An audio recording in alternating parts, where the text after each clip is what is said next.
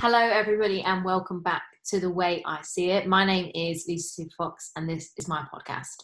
So today, it's just me. I have never done a podcast really just myself in over 60 episodes, and I wanted season 3 to be some serious shorts, some 10, 15-minute ramblings from me when I am been thinking about something, there's a topic on my heart or on my mind, and to share that with you authentically. And it's currently a Sunday. I'm sat here with a glass of Sauvignon Blanc, or half a glass. I've drunk half of it. A glass of Sauvignon. And I wanted to share a little bit with you about a topic that I've really been exploring recently. And that topic is hope. And I think that this word, well, number one, I think it's a beautiful name. So my plan, as you guys might already know from listening to my podcast and watching my YouTube, is that I don't have any plans to have children. That's not in my plan. It's not in my vision right now. And at the granddad age of 33 with some fertility challenges, we'll say, I'm not sure it ever will be.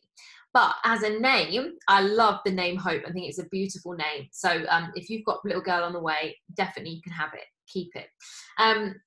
But more than anything for me, hope is honestly the strongest human emotion, hope and faith.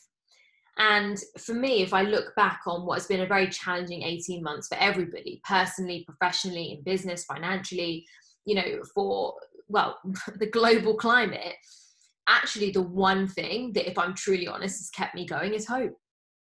Hope for a better day, hope for a time where we can see people and it not be weird, hope for, a stage where people are open-minded and happy and growth-led again, whereas everybody I felt like people retracted. I felt like people became lost in themselves, or they became confused about what they wanted because of what was happening outside of them, although nothing had really changed in their objectives, their life goals, who they wanted to be, but actually the outside world was impacting what they believed about that. And so I really believe that when I was having, bad days, I wasn't leaning into hope and faith, and when I was having good days, I was leaning into hope and faith.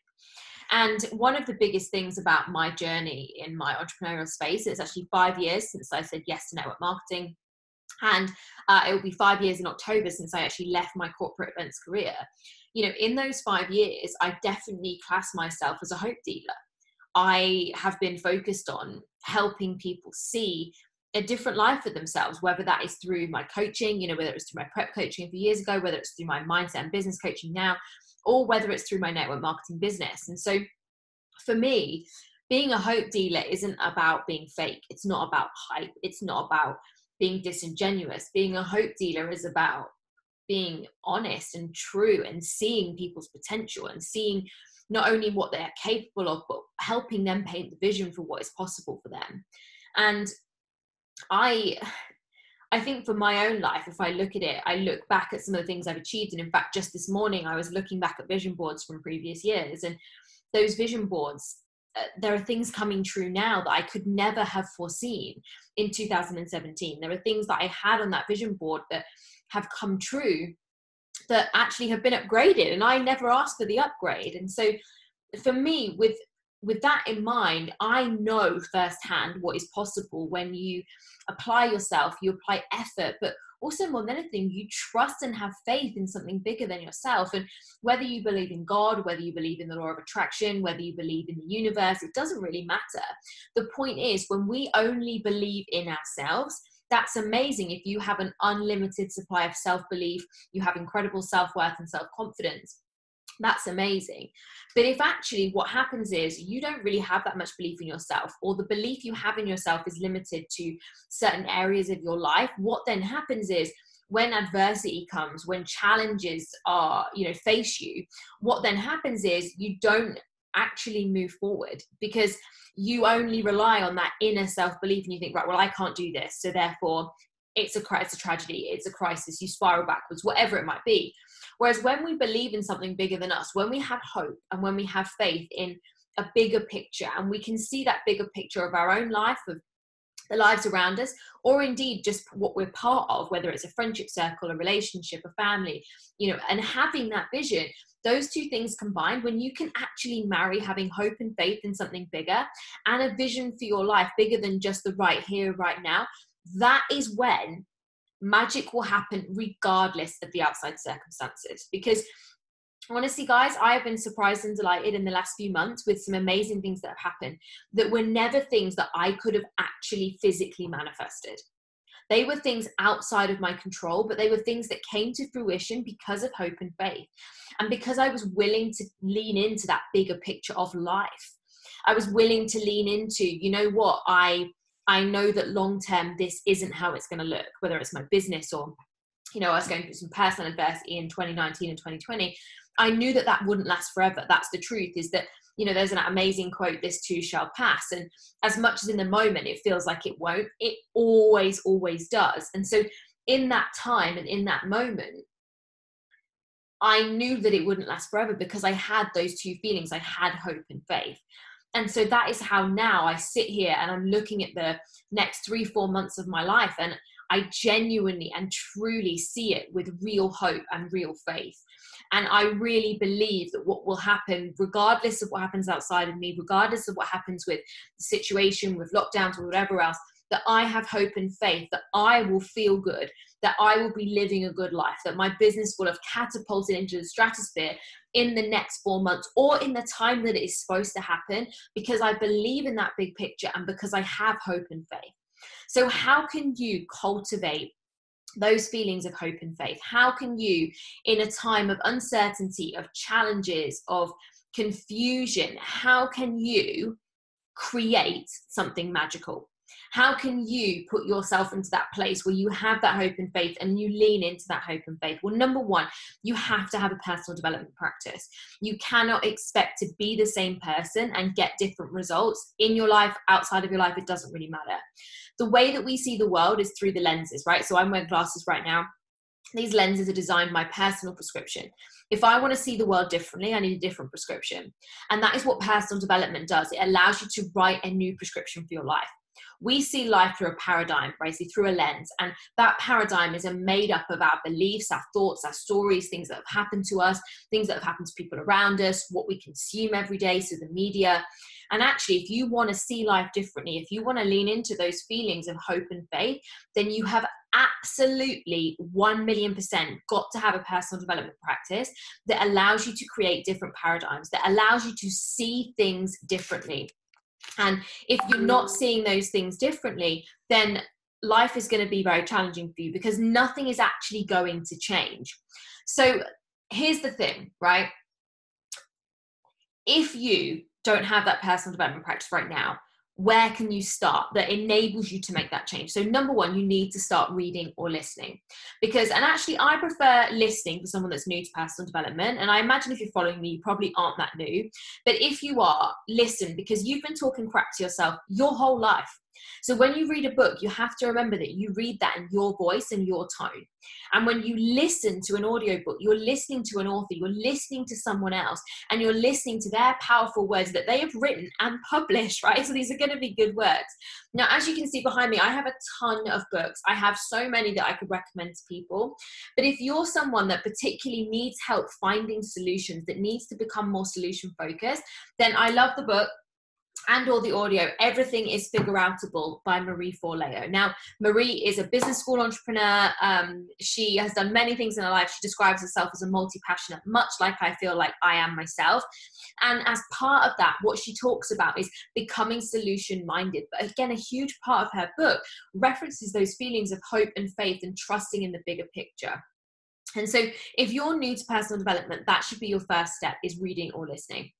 The second step should be a gratitude practice. Now, I have struggled often with this. I felt like it's been forced, or that I have been writing things down that I actually don't feel.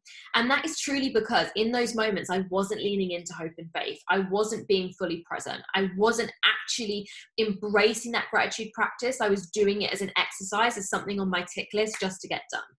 And I really believe in intentionality. I believe that when I post on social media, if I calculate that post or I pre-prep that post too ahead of time, personally, it flops. If it's actually a genuine post written from the heart that's about what's on my mind or on my heart in that moment, that post will always do well. People will resonate and they'll connect with it. And so I'm a big believer in intentionality. And so when you do your gratitude practice, don't force yourself to write 10 things. If right now all you can be grateful for is that actually you've woken up and you've got a coffee in your hand. If that's how you feel, that's how you feel. But gratitude is one of the most powerful emotions. And gratitude, actually being in that state of gratitude, allows us to lean into hope and faith. It allows us to see beyond our current circumstances. And really, more than anything, if you've nailed those two things, if you nail a daily reading, daily listening practice, and or a daily gratitude practice, then off the back of that, you are going to develop different ways of thinking. You're going to start to say, do you know what? Actually, I really feel like I'm ready to start doing affirmations, or I'm ready to start, writing down my statements or my mission or what I'm focused on. I'm ready to start journaling. And that bit is where personal development needs to become customizable. I believe we absolutely need to have a personal development practice that off the back of that practice, creating that customization to what feels right to you, I think is really important. So that's the first step to cultivating those feelings of hope and faith. Number 2 is you have to learn, and it is a learned practice, it's a learned skill. You have to learn to trust in something bigger than you. Now, if you look back at your life, I'm sure there have been moments where you have been through adversity, you've been through challenge, you've been through difficult times, and actually you've pulled through. Or maybe, in fact, there have been moments in your life, synergistic, synchronistic moments where you've met this person and there's no way you should have been in the same place at that time, or there's no way you should have met, and you just felt like it was a magical moment.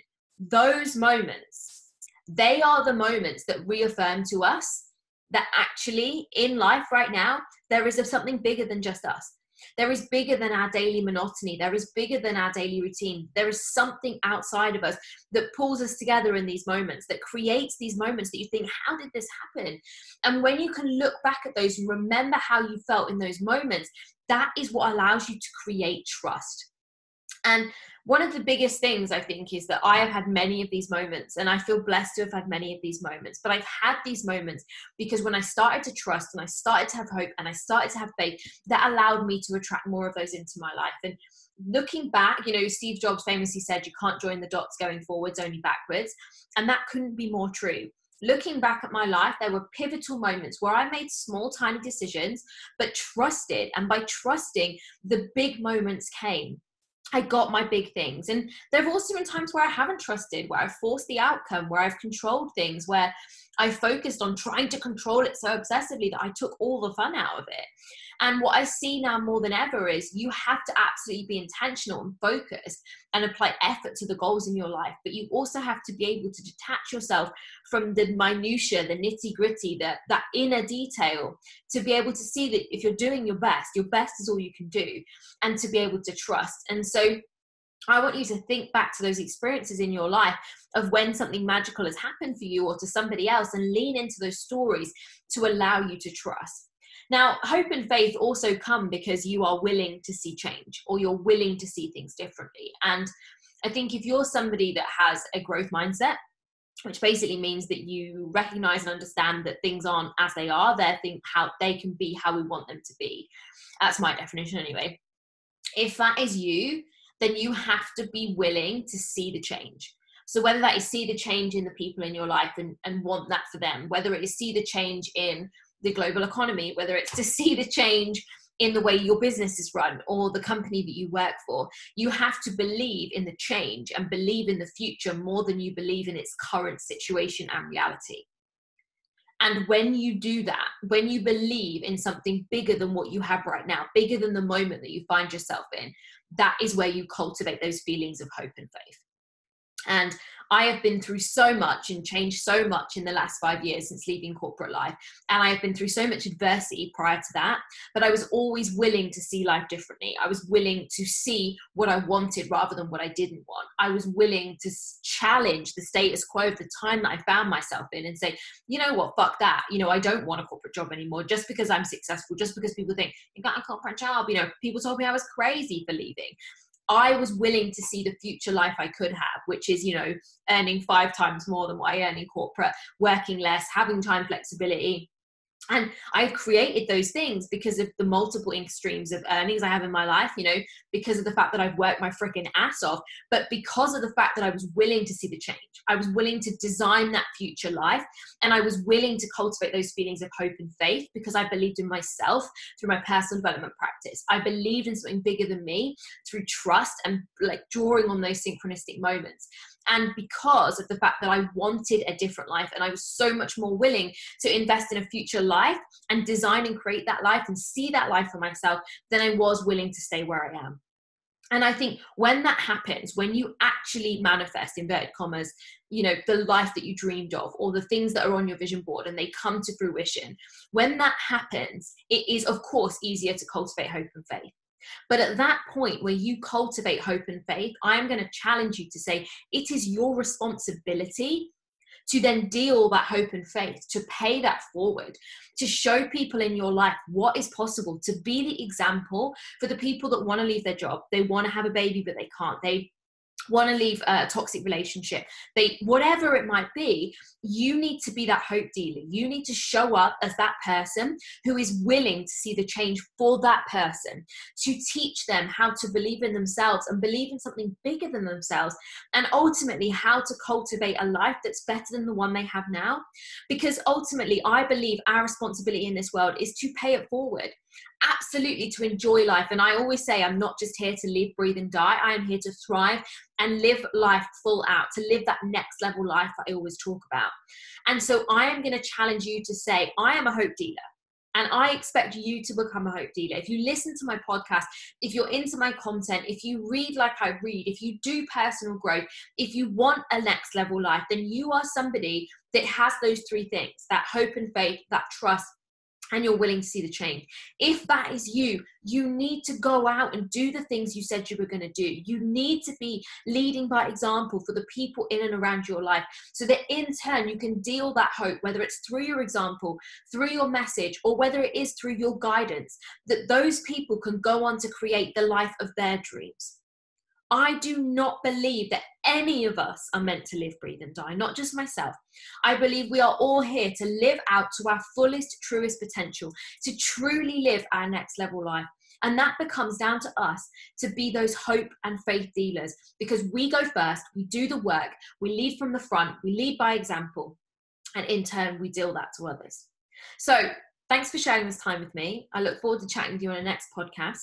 And I look forward to hearing your stories and your messages about how you have become a hope dealer for your world, for the people in your life, and how I would love to know how you are cultivating your hope, faith, and believe in yourself, trust in the bigger picture, and how you are leading by example. That was the way that I see it. And I'll see you on the next podcast.